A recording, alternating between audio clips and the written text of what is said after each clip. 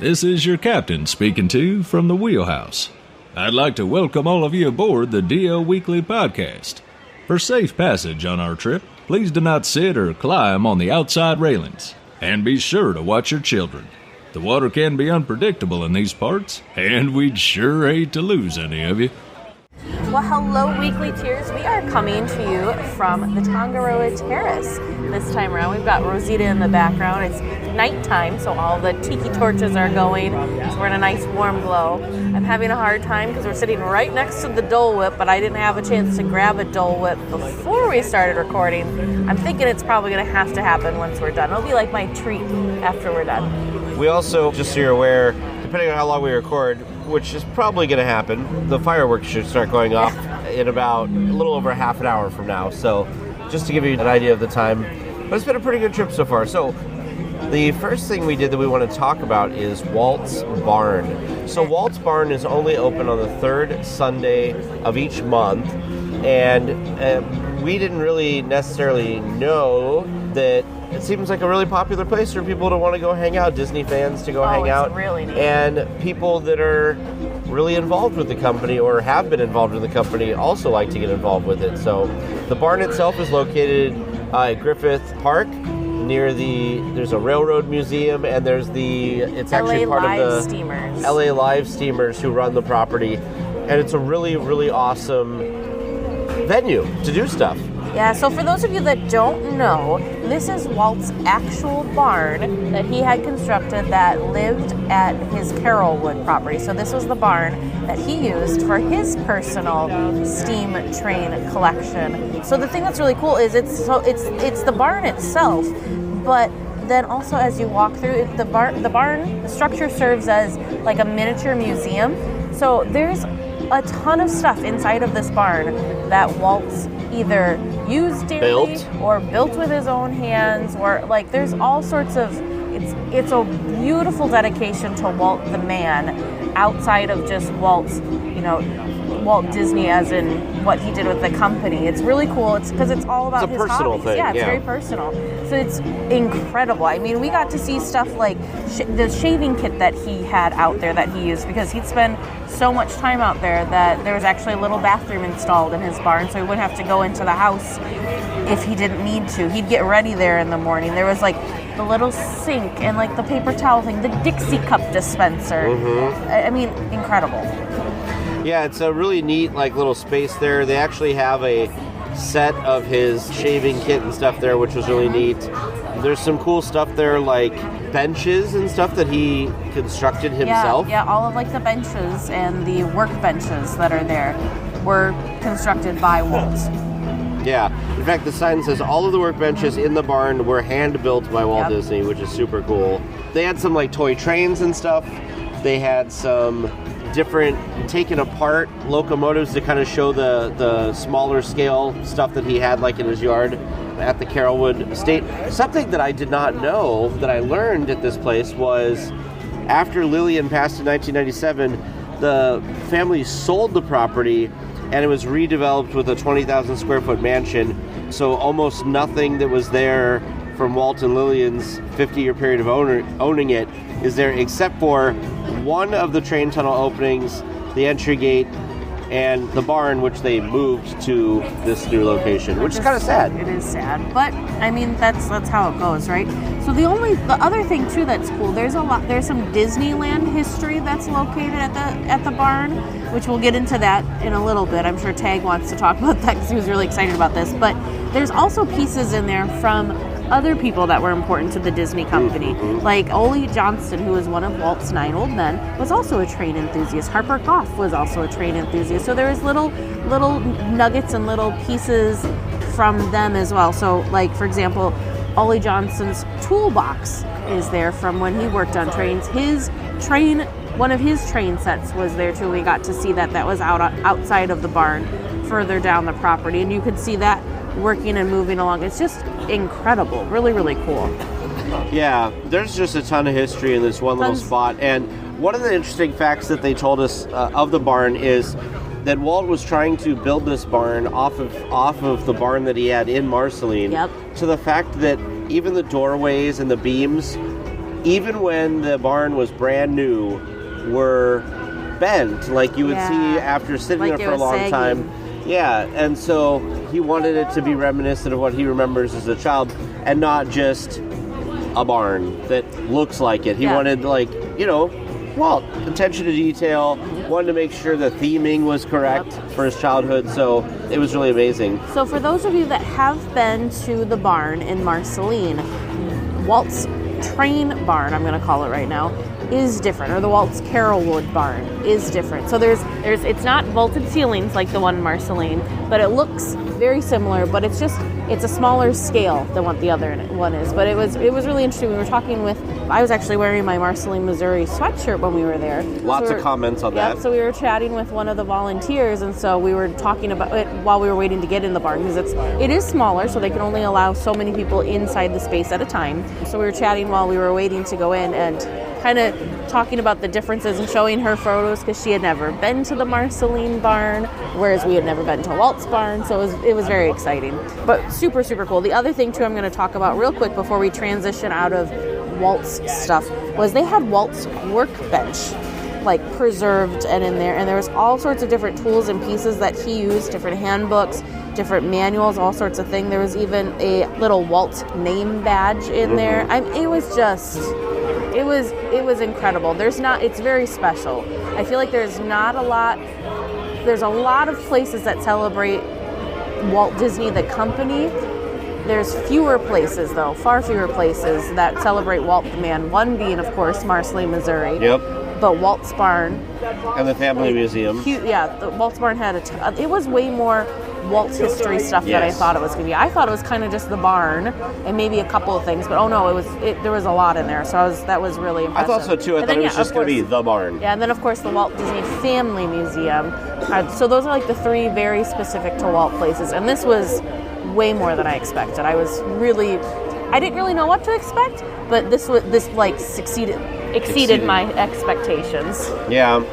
So as Teresa alluded to a little bit earlier, talking about Disneyland specific stuff that's in there that I thought was cool, was they had a model of the mine train through Nature's Wonderland, and I've seen video clips and I've seen like photos, but I never understood how it like was laid out.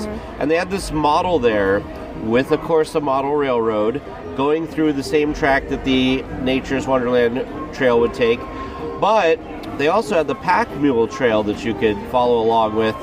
And man, this was quite the complex. Really cool. I did not realize that in a lot of the photos you've seen, or those video clips you've seen, there's kind of the desert wilderness of the rocks kind of spinning around and kind of a desert motif. Of course, there was the loading area, which has a lot of the buildings, kind of like Big Thunder Mountain Railroad have now, like the town. And then, of course, there was the section that still exists to this day that's bordering the rivers of America, where the waterfall is, and there's still that tunnel that you can see as you come into Frontierland from Galaxy's Edge, or if you're going into Galaxy's Edge from Frontierland. And there's a whole little section in there that I didn't even know existed, and I was able to follow the pack mule path. It's so cool. I was really cool. So happy to see this. I have never seen this laid out. I didn't know how it was laid out. The other thing that was related to Disneyland was they had the Combine car, one of the Combine cars from the opening day of Disneyland there. Yeah, one of the original trains that was on the track here at Disneyland. Yeah. So the reason it's called a Combine car is it was a combination of passenger and cargo. So this was definitely there on the opening day, and the society there has painstakingly restored this, and it looks gorgeous. But not only that, but right next to it, there was all types of cool stuff in there. There was some paper drawings of a sketch of the original Disneyland layout. It's like the most crude sketch I've seen of the Disneyland layout. It was from 1953, and it was the park site plan. This was a reproduction. It wasn't the original that they had hanging there. Yeah, it was dated 8/8 of 1953 when this was sketched out. But it's very, very crude. It's not like the one where you see the castle and you kind of get to picture what it is. Oh no, this is kind of almost like blueprints of the layout of the space a little bit, I guess would be the best way to describe it. And what's interesting is when you look at it, it's laid out with what's there when they bought it. So, for instance, they have some square spots that say houses. Yeah. So where the houses were. They have a section that says citrus groves. They have a section in the corner that says the Total potato area. patch. Yeah. They have a eucalyptus thing. They have some avocados that were grown there. So it's just interesting to kind of see how this was, and then drawn over it is kind of the rough outline of it. I don't know. I've never seen this before, and so I was really fascinated by it. And then, of course, there was like elevation drawings of the train stations for Disneyland that was there, some photos of Walt on the train, and a ton of train-related stuff. Disneyland Railroad, Santa Fe and Disneyland Railroad, ticket books, just a lot of memorabilia related to the train. That's right. There was a full ticket book in there as well. Then further along, there was a section of things from Bob Gurr. So they talked, because it's train related was kind of what the thing was with this. So they transitioned from the Disneyland Railroad to then the Disneyland monorail. And so there was a section of stuff, sketches and such, that was from Bob Gurr from when he was designing the monorail. There's photos of a young Bob Gurr with the original monorail, so it was very, very cool. And then last but not least, this one I got a kick out of because we have a listener, Ace, who used to work on this attraction, and he was on the podcast. We'll have to look up when it was. It was a while back, and he talked about his time when he was a cast member here, but he worked on the Storybook Land train. The Casey Jr. train that goes through Storybook Land. And he was trying to explain how the cast member would sit in the engine and drive the train. Well, they actually had sketches, because again, train related, that was the theme of this kind of museum, was trains.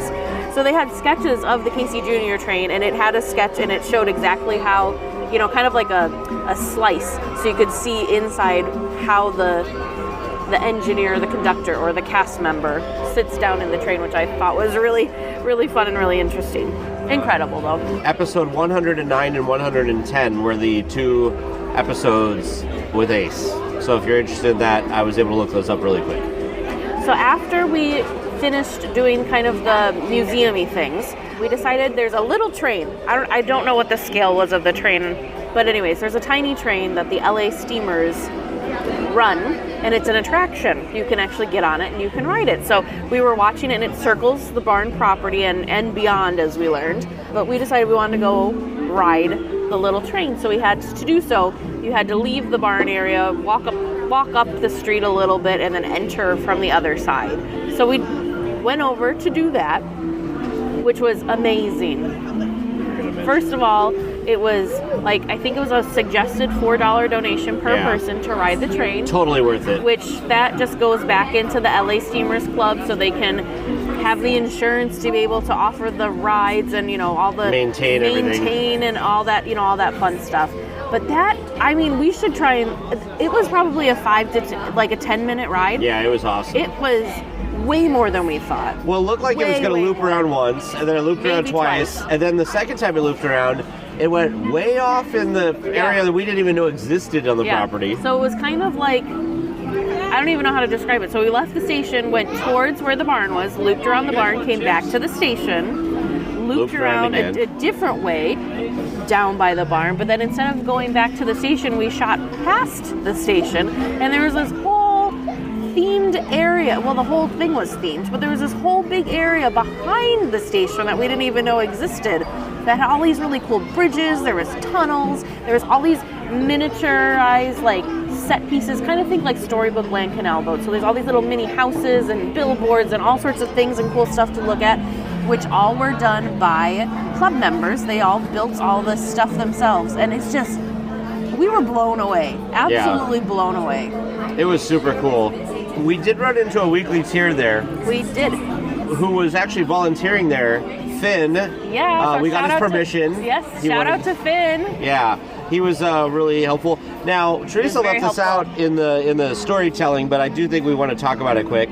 We were walking, so because of reasons that are too complicated and not interesting to get into, to ride the train, you actually had to leave the Walt's Barn area and walk down the street. Well, anyway, as we're walking down the street, we see this really cool looking old car coming.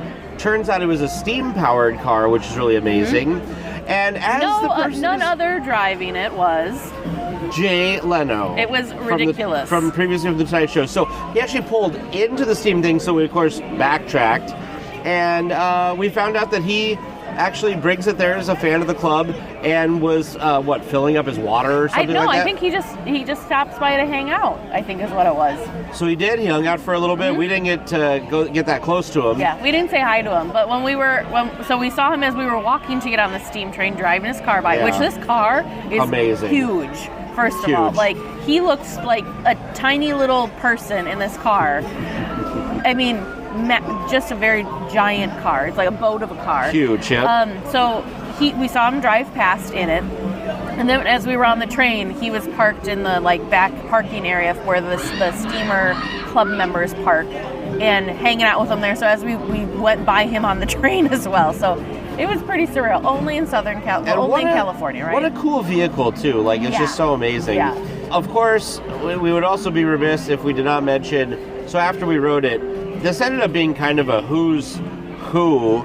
We had, of course, Santa Claus was there, but I want to say that Santa was probably one of the least sought-after folks of this group because of all the Disney fans, of course. Yeah, for us, the Disney fans. There was tons of kids that were at this event as well. Yeah. So Bob Gurr was there. Tanya McKnight Norris, who we met in Marceline, was there. Mm-hmm. Don Hahn was there signing books. There was Dave Bosser. Dave Bosser was there. Tom Morris, who is a former Disney Imagineer. Floyd Norman was there. And Bill Farmer also showed up.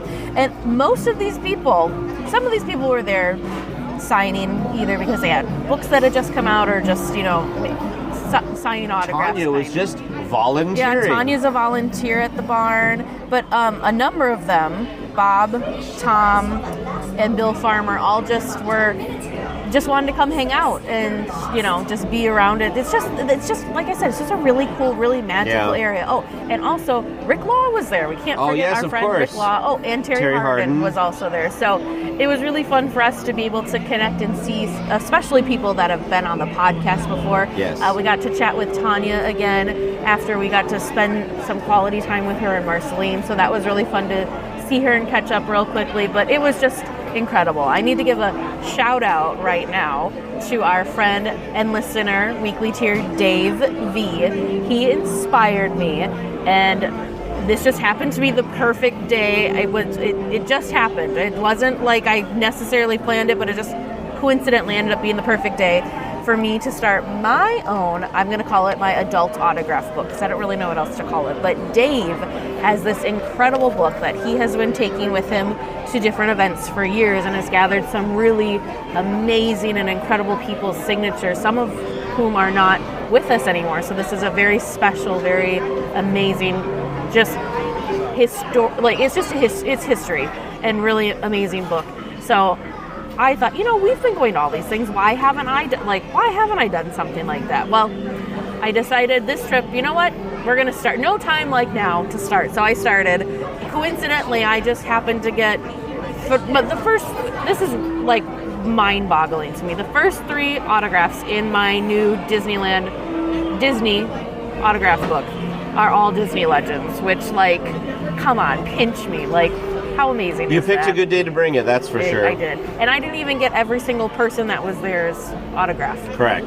But they were all very gracious to sign that. You didn't have to buy the book or anything. We did buy some stuff there, for sure. I got a cool poster that actually had Bob Gurr sign. So I got one signature, Teresa got a bunch of other signatures. It was amazing. Don Hahn drew a caricature of himself as his signature. So fun. And that was amazing. Floyd Norman and Rick Law both drew little Mickey Mouse sketches in the book. Mm-hmm. Amazing. How cool. Very amazing. So so that was our time. It's kind of a condensed what we did at Walt's Barn. I want to say we were there for probably a couple 3 hours. Yeah, 3 hours. Before we were at the barn, we decided, why not? When in Rome kind of thing. We drove up and just drove past the observatory at Griffith Park because my parents were with. That's something that they had never seen. So we thought, you know what? We're right here. We got to the barn 30 minutes before it opened, so we had time to go. So we went and did that. And then since we had the car rented and we were done, we wrapped up with things at the barn around 2 p.m. and we had the car, we're like, well, why not go explore some more? So we actually did take a little trip over to the Walt Disney Studios, which I didn't realize is kind of Not really, but it feels like it's across the street from Griffith Park. It's really not far. It's close, yeah. It's very close. So we went over and showed them the studios. Of course, we didn't go in. We just got to peek in through the gates, but they had never seen the Frank Wells building or the Royal Disney, the animation building, or the Michael Eisner building with the 7 dwarves holding up the roof. So they thought that was really, really cool. Got to see Dopey in a Santa hat. We did. We left there and we decided again, because we had time, that we wanted to go. We asked Teresa's parents, because we had been there during COVID times, if they were interested in going over and checking out where Walt's final resting place was at Forest Park Cemetery. But what's interesting is there is Forest Lawn. There's a Forest Lawn right near the train place and right near the studio. That's not the Forest Lawn where Walt is. There's another one that's further away, and that's where he is. And he has a nice little area there. And timing just happened to work out where it was just a couple days after what would have been his birthday. So a lot of people had gone there and left flowers and different tokens of appreciation. Yeah, so there was a lot of stuff. So a lot of people had gone recently and paid their respects. So Walt's birthday was December 6th, and the anniversary of his passing was on December 15th. Yeah, so it was right after his passing, Yep. So it was very special. So we got to go. It was kind of almost a bit of a full circle Walt day. We got to see Walt's life, Walt's career, and then Walt's final resting place. So my parents thought it was amazing. Both of them have been just going on and on about how cool that was, because they haven't gotten to do much Disney outside of the park. So they haven't done the kind of, I don't want to call it peek behind the curtain, but kind of the more the more diehard fan less stuff. touristy. Yeah, so they thought they were just in awe. It was fun sitting there kind of pointing people out and explaining who Bob Gurr was to them, or who Floyd Norman is, and that's the voice of Goofy right there, Bill Farmer, so and they were sitting there actually, and Bill was talking to somebody else, but my parents were sitting near where they were, and he flipped into the Goofy voice, so they got to even experience that. So I thought that was really cool. So they really enjoyed themselves. Yeah, your dad's pretty good at he knows a lot of people just in his life in general. It was fun to see his surprise at some of the people that were there. When Bill Farmer showed up, I was like, "That's the voice of Goofy." And he just looked very surprised. What? Yeah. So after that, we returned to our rental car, and we went over to do our public hangout or our supporter hangout and our public live stream, where we walked around the Disneyland Hotel and looked at some of the Christmas decorations at each of the different towers. We walked by Santa Claus. So they did a really great job over there at the Disneyland Hotel, and that was a lot of fun. After that, we went to the Tortilla Joe's Taqueria and had some food there. I had the 2 taco special with street corn, which I'm kind of obsessed now with the street corn. I thought it was really tasty. I was kind of, don't be turned away by the fact of how they present it to you. So it basically was just a thing of corn, which they put a giant dollop of just mayo on it, and I was like, well, that seems weird. And then a little bit of the cheese, and then some seaseaning, and I thought, that just doesn't seem quite right. But that's how you make it. It's exactly what street corn is, but that's the first time I've seen it put together. No, but that's the first time I've seen it not on the cob. Yeah. But it looks. You know what? I didn't even try a bite. We're gonna have to maybe go get another one so I can try it. It looks really good though. The tacos I had were super full. Meat was very, very good. Teresa had the nachos. Gosh, the carne asada there. Oh, carne asada was very good. Very, very good. Talk about your nachos. I got the nachos. Don't be a fool like I was and not pay attention to the sign, because they're like, oh, do you want this on there? Do you want that on there? I'm like, oh, yeah, sure, that sounds great. Well, then I didn't realize that, Upcharge. Yep. So my nachos are a little more expensive. Teresa's like, how did this get to be $18? It says the nachos are $10. But it was an additional $2 for the nacho cheese, which I wouldn't have thought, and then it was an additional $1 for sour cream, and then I got an horchata, but it was delicious. It was delicious. Magic happened, we sat there, and of course the snow was happening in downtown Disney, which was really awesome. So we really enjoyed kind of sitting there and see that. Man, they pump the snow in downtown Disney. And it was a while too. It was but it probably sounded 3 minutes or something. Something like that. It was quite a while, and it was just a ton of snow. We went walking through downtown Disney, And we stopped over at Marceline Confectionery because they had a full house of people in the window doing stuff. And we watched a couple new cast members get trained on how to make some of the things. So it was kind of fun looking at, they had kind of like a instruction sheet that they were kind of going over and like doing the decorations. And I don't know, there was something kind of mesmerizing watching them do it. And Teresa and I were commenting to each other that the lady who was doing the training, she had drawn used chocolate to draw these like string lights. They're supposed to look like Christmas lights on these candy apples. And then she stuck like the little M&Ms on there and like turned it over, and the M&M didn't slide off or move or anything. And I turned to Teresa and I said, if that was one of us, that thing would fall on the floor, it would slide down the thing, but somehow it's not happening. Disney magic is what it is. Oh, and Teresa got video of seeing how they put the handle into the candy apple. Yeah, the stick. How they get the stick in the apple. It was they really have a little fun. Contraption. Yeah, there's a device specific for it, and it was like, it looked like it was pretty effortless to do. But yeah, it was really fun watching them shoot the little cardboard sticks. There's a device that does it. Yeah, of course. It was cool. Extra Disney magic. After that, we headed on over to the Grand Californian to go check out their Christmas and holiday decor. And I feel like a trip to Disneyland for the holidays is not complete without stopping to check out the gingerbread display at the Grand Californian. So for this year, it was a gingerbread house of the Grand Californian Hotel itself. Chip and Dale were in the front decorating a little Christmas tree, and there was, I've never had a thing. So whenever they do these displays, they always put hidden Mickeys in there, so you can kind of sit there and look for all the hidden Mickeys. Well, was there like 5 or something on the last one? Yeah, there's like 5, 7, something like that. Never more than 10, I feel. Oh no, for this gingerbread house, 25. There were 25 and hard hidden Mickeys on this gingerbread house, and it was difficult. We actually there was a couple other adults making laps as we were, and we kept getting stuck, so we did help each other because they spotted 1 or 2 that we hadn't spotted, and I don't know if we would have spotted 1 or 2 that they hadn't spotted, and they were so well hidden that without each other's help, I don't know if we would, how long it would have taken, but it was super fun. I don't want to spoil it for anybody, but you'll know what I'm talking about. There was a couple that I don't think I ever would have noticed, because they were like on the side, and somebody had to like turn their flashlight on to see it.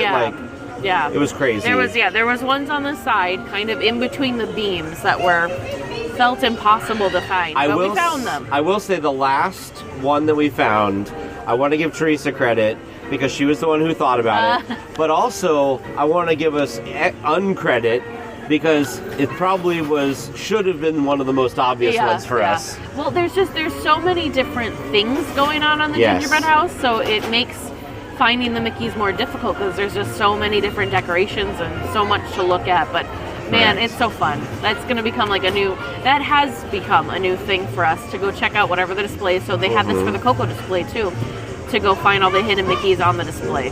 And both Tage and I, thankfully, were the same.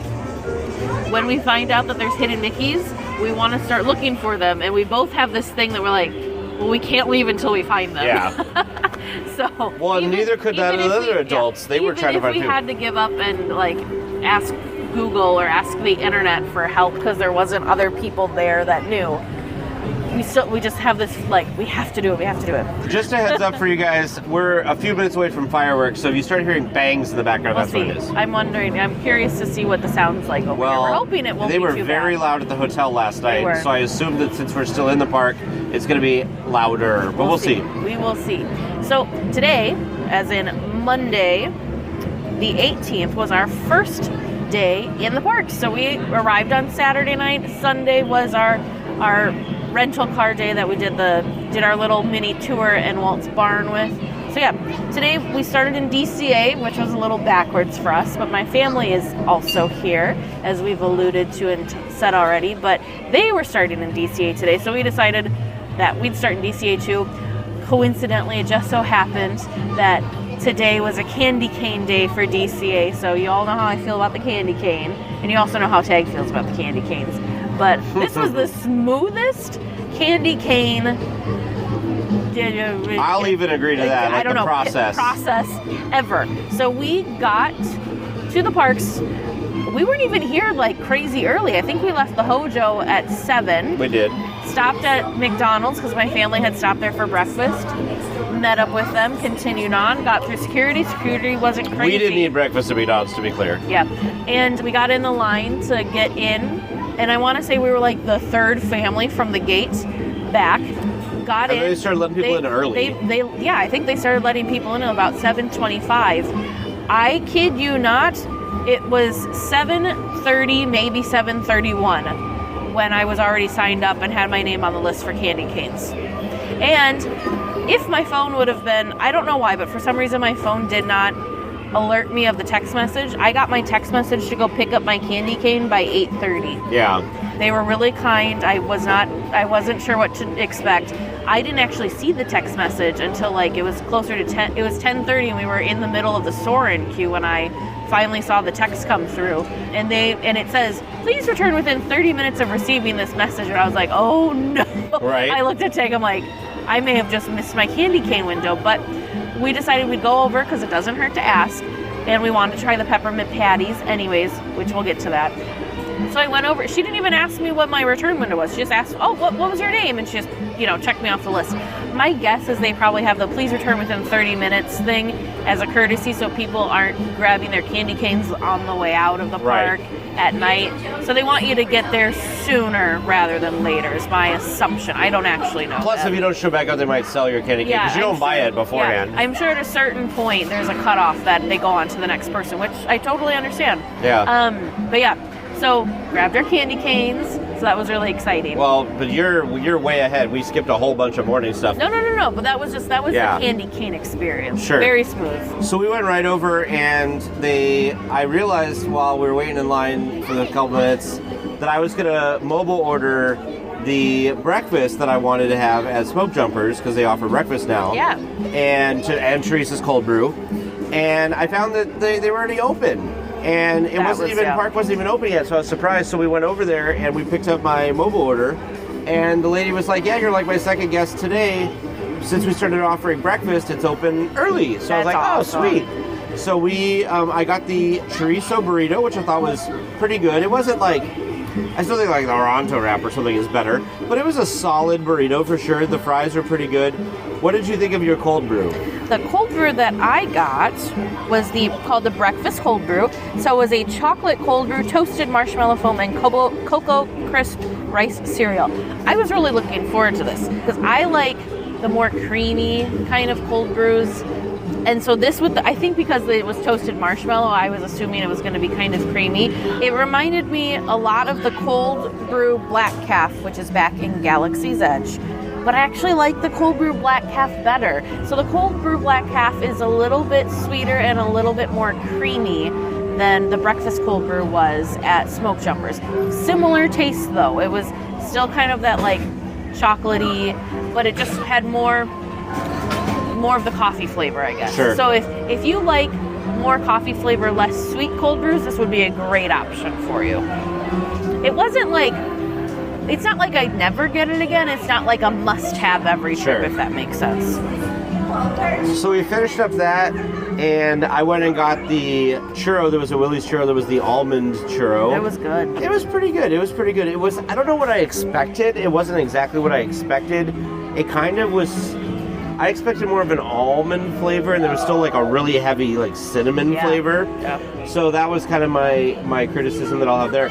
But then we went over to Cars Land because we were going to possibly get in line for Radiator Springs Racers, but we were waiting for part of Teresa's family to show up. So we went on Luigi's, which was fun as always, and it was great because there was such a short wait. Luigi's is really fun, but a lot of times it seems too short to wait a longer time for it, so it was perfect. And of course, it was the Christmas version, which was a lot of fun. Well, in the time that it took for us to meet up with my family, when we left Smoke Jumpers, Radiator Springs Racers was a 30-minute wait. And by the time we were about to get in line, it had jumped to a 120-minute wait. So we decided, you know what? We're going to go find some other stuff to do. So we went over to Pixar Pier, did Midway Mania, some rode the Incredicoaster. After that, we went over and had some fun on Goofy's Sky School. That's just such a crazy little roller coaster. We haven't been on that in a while. No, we hadn't. And then we went over and did The Little Mermaid, followed by Soarin'. And everything, except for Soarin', because then we did that a little bit later in it was like mid to late morning. Everything was basically a walk-on. Maybe it was a 15-minute wait at Goofy's Sky School. Maybe 15, probably closer to 10. Mm-hmm. Everything was really quick and was great. So you just got to knocked knocked most of that corner of the park off. But yeah. Yeah. We had a pretty good day at DCA going through all that stuff. So we kind of bummed around and did some, I don't know what we did after that. Because the next thing I got is your... That's what we did. Oh, wow, okay. So was that part of the day? We picked up the candy cane and then... Yeah, we picked up the candy cane and then Teresa got a really good food. Went and had kind of an earlier lunch, so around like 11:15, we went and got lunch. I went over to Award Wieners and grabbed one of their seasonal specials, the holiday beef dip sandwich, which...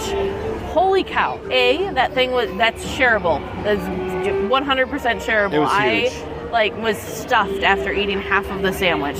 But it was really good. Messy. Make sure you grab yourself a knife to cut it in half to be able to eat, because it was not happening. It was not happening for me to pick up the entire sandwich and try to eat it. But man, the beef was very tender. There was avocado spread, or maybe it was guacamole on there. I was not expecting that. So it's creamy.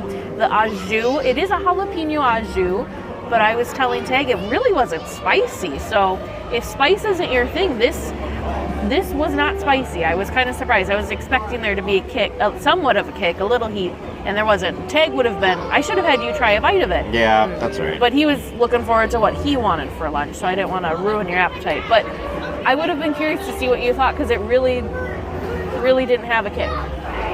Well, Teresa's parents wanted to go get something. They were in the mood for some sort of Mexican food. And we were looking at the stuff in San Francisco because I was thinking that I wanted something from San Francisco. And I kind of looked at some of the photos and the description sounded really good. But then when I looked at the photos, I wasn't really kind of in the mood for any of that. So we actually ended up going over and getting one of the things that was on my list, which your parents also got, which was the tacos. I'm going to butcher this. I apologize. The Gobernador, which was a chipotle marinated shrimp tacos with pepper jack cheese served with Spanish rice and refried beans.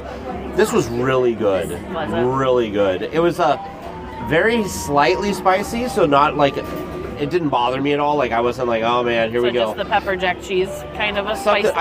I think it was the chipotle marinated that was on top, but it was really good. While we were eating this, one of the Viva Navidad performances happened. One of the weekly tiers came over that works at the park, and we kind of hung out with him for a little bit. And we kind of hung around late enough because the Viva Navidad that we were sitting there had some type of thing where it was delayed a little bit. So we actually ended up just hanging out in that area, and we saw the Viva Navidad. The next showing. The next one, which was great as always. Man, those performers, I gotta hand it to them. They're in, like all of them, men, women, they're in boots that have heels. Not like, the guys weren't in like high heels, but like cowboy boot heels. And watching them like stomp around and do these dances, I was always impressed. Yeah. And it was a lot of fun. Well, and the clothing too. They're in like full head to toe costumes, which don't look, some of them do not look like the most breathable and the most comfortable to wear in this, in the heat. Plus they're dancing around. So yeah.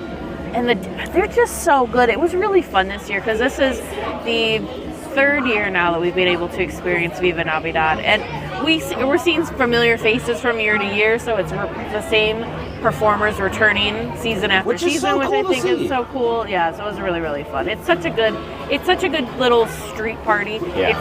And if you've never experienced it, they explain it as a street party, which basically is it's a parade that comes out, but then it parks. So instead of doing the performance along the parade route, it just kind of performs as it goes by.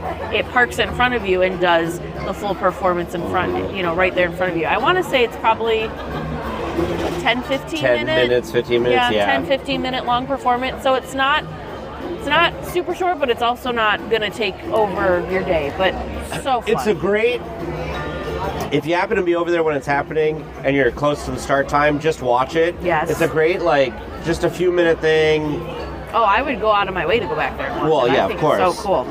So after we finished up with Viva Navidad, we were walking back towards the front of the park. We were talking about doing a couple different things, but as we were walking, we noticed that they were kind of using the magic tape, we'll call it, in front of the Little Mermaid, and that's where the toy drummers play. So we just stopped and asked the cast member, we're like, oh, when's the next performance? And it was like 10 minutes from then. Nobody was lined up. There was absolutely nobody standing and waiting, so we got front and center seats to the toy drum show. This is a fun show. It's so fun. I ended up recording, I think, basically the whole thing. The personalities of the performers, amazing. So if you've never gone, it's like a little drum line. There's 4 toy drummers, and they're drumming along, but they're toys that have escaped the toy box in it for whatever. So in the beginning, they're very well put together, and they're doing exactly what they need to be doing. But slowly, as the performance goes on, they get a little loose and a little goofy, and having extra fun with it. Yeah. And then just when they're loose and ready to go and really feeling themselves, suddenly it's time for all the toys to report back to the toy box. But it's a ton of fun. If you ever get the chance, 100% highly recommend that you do that. Yeah, so we walked over. We decided that we were going to go to the Animation Academy, but then we saw the red car trolley. We kind of weren't good at making decisions today, so we were just kind of like, let's do this, let's do that, which was fine because it's the Disney wins, right? And so we went over to ride the red car trolley, but they said that Mickey's Christmas cavalcade was coming, and so the red car trolley had stopped. We had just missed it, and we didn't want to draw Lightning McQueen that was there, so we decided to go over and ride Monsters Inc. And we happened to run into Max, Goofy's son, and we did a quick little photo op with him. He was super fun, so we did that quickly and rode Monsters Inc. Which is always a fun time. And then we went and did the Animation Academy. Mistakes were made. Yes. Mistakes were made. So we went in, and it was drawing the new character from Wish, Asha, and we got in there. And Teresa knew this, of course, because she loves the Animation Academy, but I didn't know that there was levels of drawing. Usually they're marked on the little time board when they're a more advanced class. So we get in, and she's like, this one, normally these things take about 15 minutes, maybe 20 at the very, very most. This one's going to take 20 to 30 minutes. And we're like, okay. And then I saw remember what she called it to, what level of, I think she said it was an expert level class or something. It was intense. Well, we had Teresa's 6-year-old Oh, yes, my little nephew, yeah. So this is a little much for him. Yeah, it was, I wish they would have had it marked, because we would have not chosen to do that time slot with that character. It was hard. It was advanced. It was very well advanced. It was definitely expert level. I don't think anybody kept their drawing except for me. No, I think they did, because one of my other cousins, I mean in our group. Oh, who's 15? She did. Oh, she did. Okay. Yep, and I think my cousin's wife, she did as well. So. But your mom didn't keep hers. You didn't keep yours. No, I didn't keep mine. But it was still fun. But you know what, though? Again, we went into this class. This is the magic of the Animation Academy. We went into this class, and my cousin's wife was like, oh, yeah. She was excited about the experience, excited to do it with the kids. But she's like, stick figures are that's about the level I am, kind of thing. Hers turned out beautifully, and it was an expert level class. So, of course, were there things that she's like, oh, look, it was one of those, she said, I was doing great until it came to the face or the eyes, or I can't remember what the specific That's where mine went down to. I mean, everybody's, though, for it being an expert level class, I was really impressed with how the group had done. Same thing with my mom. She's not an artist either, so she was kind of hesitant going into the class, but hers looked really great. So I think if we would have timed it better and done a class that was more the typical Animation Academy level, we would have had everyone would have done amazing. I also want to shout out to the cast member who was running that session. She was delightful. Mm-hmm. We've had her before. So we got her. She's fun. Done with the Animation Academy, and we went and watched Mostly Kosher, which we love. Gosh, they're a hoot. They were amazing as always. They have gone through. We today saw their third lead vocalist, in the times we've seen them. So, and you thought he was the best so far. I think I've enjoyed his performance and his humor and his personality that he brought to it the most. He did an excellent job. Really, really fun. And then we went over and watched Blue 13, which was a Bollywood act, and they had tons of energy and were a ton of fun. And I don't know how they do it without totally running out of energy, but it was great. They told the story of Diwali and explained kind of what that was, which I had never known anything about it, and so it was really cool to learn about that. The same thing with Mostly Kosher. So the thing that's really awesome about these performances is not only is it, some form of entertainment. Mostly Kosher is a band, so they've got, singing and music. Yeah. Blue 13 is a dance company, so it's all sorts of fun dance that you get to watch them perform. But they talk about their culture's holiday and how they celebrate it and the meaning behind it and why it is what it is. So it's really cool. So it's fun and it's educational and informative. Which Disney and Disney parks are great. So we went over after that, and Teresa got another cold brew. Of course I did. This time at Pim Test Kitchen. This one was special for the holidays. I think it's part of, well, no, I don't know if it's part of the regular holiday menu or the Festival of the Holidays menu. But either way, it's a seasonal cold brew over at Pim Test Kitchen. It is the Cold Brew Infusion Cinnamon and Spice. So it was a cinnamon caramel cold brew with cardamom cream foam. I really liked this. It also was topped with, what are those? Oh, Cinnamon Toast Crunch cereal. Yeah. That's what it was topped with. It was very good. It was, for me, it had that creaminess that I like in the cold brews with the nice, exact right amount of sweet. Plus, I mean, who doesn't love Cinnamon Toast Crunch cereal? So it was really fun eating those off the top, and they had a caramel drizzle on the top as well. Really, really good. So if the cold brew has breakfast cereal on it, it's probably good. The one from Smoke Jumpers had breakfast cereal on it too, so that's not always a telltale sign. But this one, I really enjoyed this one. I'm sad this one's seasonal, because this one I would definitely put on the rotation and get again. But very good. So we crossed over to Disneyland, and we happened to walk in right as they were going to light the Christmas tree, which they lit at 5 p.m. The amazing thing behind this was right after the Christmas tree lighting, the Christmas Fantasy Parade started, so we happened to be in a great spot to see both of these things, and we enjoyed watching both of them. Yeah, and the parade was coming out, the parade was leaving from Town Square, stepping off from Town Square. So we got to see the lighting.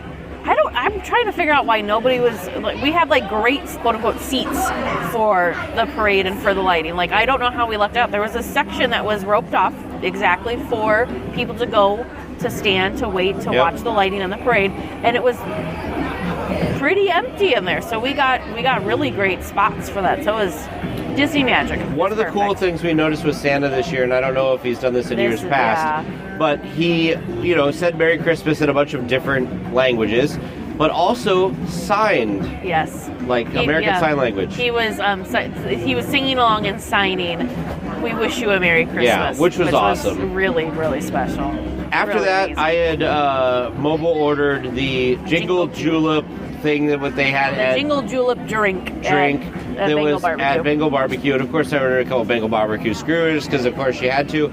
This was amazing. It was very good. I thought it was great. Teresa thought that the amount of what was it? I was not cookie butter. Yeah, so this was a frozen white hot chocolate with cookie butter syrup and a pretzel rod in it. I was expecting it to be for the cookie butter syrup, I was expecting it to be a drizzle. Yeah. Maybe? Oh, this was a lot. It was coated. The inside of the cup was coated in the cookie butter which syrup, I did not complain about at all. And it was the same consistency of a caramel sauce. Yeah. So it wasn't, but it didn't get hard with it being in the cold drink. It was delightful. It was really good. Very we might good. have to get one of those tomorrow. I might have to get one for myself tomorrow during the day when it's warm outside. It'd be really refreshing. It was wonderful. We went over to the Adventureland Treehouse because we had not done that at all yet. And for those of you who have not been on it, definitely go on it. It was very, very cool. The water wheel was working. It was great. Teresa made fun of me because I put my camera over the fence of Jane the ostrich because I was... He couldn't figure out how Jane the ostrich was present, and he just needed to know how. And it's amazingly simple. That's all I will say. I won't spoil it for anybody. But I think your parents really enjoyed it too. Now, Teresa and I both kind of had a moment because there was a lot of people up in the tree, and it was moving a little bit more than we were expecting. And Teresa was like, "Don't talk about it. Let's just keep going. Let's just keep going through the tree. But Let's they did not an focus." amazing job, and it was great to be up in the tree again, being able to look around and see the awesome view of Adventureland and looking into New Orleans Square and just being able to look at everything at that height again. Amazing. Just, I loved it. I'm so glad it's back. Amazing. So after that, we decided to knock out a couple of rides here in Disneyland because the wait times were pretty low. I was checking the app. It was drizzling too when we came over. No, it hadn't been drizzling yet. It was going to drizzle soon. So we were checking the app, and I noticed that Rise of the Resistance had like a 45-minute wait, and I was like, "Hey, that's not bad. Let's run back and do that." I think it only ended up being about 35 minutes for us to get on. And while we were standing in the queue, it did start to drizzle, which I think then made the park clear out a little bit earlier than normal. So, which then resulted in us being able to get on a couple other attractions pretty quickly. We walked onto Pirates. We basically walked onto Smuggler's Run as well. So we were able to get those done too. I also tried, they had these cheese orbs back at the Ronto Roasters that were like a cheese bread ball kind of thing with a Parmesan garlic sprinkle on top. Teresa thought they were a little dense and they were just fine. I thought they were pretty good. I think they needed more of the Parmesan drizzle stuff on top because it was really, really good. I thought really, really good, but they just needed more of that. And then we find ourselves here in Adventureland at the Tropical Hideaway hanging out. You know what I just realized? They either canceled fireworks. They canceled fireworks. I was going to say, or it's somehow like soundproof over here. Yeah, so they didn't have the fireworks tonight because it is 9:48 as we record this, so the fireworks would have been going the last 18 minutes and there was not a peep. Yeah, unless it's magical over here. Which I doubt. It could be. But so that was our experience in the parks the last couple of days. We have one more day tomorrow, which we started Disneyland because we started DCA today. Right. So go ahead. We're going to go ahead and do some of that stuff. And we'll see where the Disney winds take us. I'm also happy as a clam because I love Disneyland at night, and it's been dark since 5 o'clock. It has been. We actually entered Disneyland when it was dark. I know, it was amazing. So you've only experienced Disneyland at night thus far. Although I feel like I might lose Teresa early because I know that she's been wanting to go to bed a little bit earlier. Well, yeah, and it's hard to rope drop to midnight. park close, so we'll see. We'll see. We'll see. Well, reporting live from the Disneyland Resort in Adventureland. We will be back we will not. Next week, we actually will be taking off because we take off for the holidays. So we will be back in 2 weeks with more Disneyland news and information. So until then, come join us in the parks, apparently. We're going to go out and enjoy the parks. Yeah, we'll be back on January 3rd. Will be our next episode. Thank you, Sidel, for masterfully editing this episode and posting the show notes. Please remain seated until the podcast comes to a complete stop and the doors have opened. Then collect your belongings, watch your head, and step carefully from the episode. On behalf of all of our crew, thanks for traveling with us, and we hope you have a happy and memorable visit here at DL Weekly.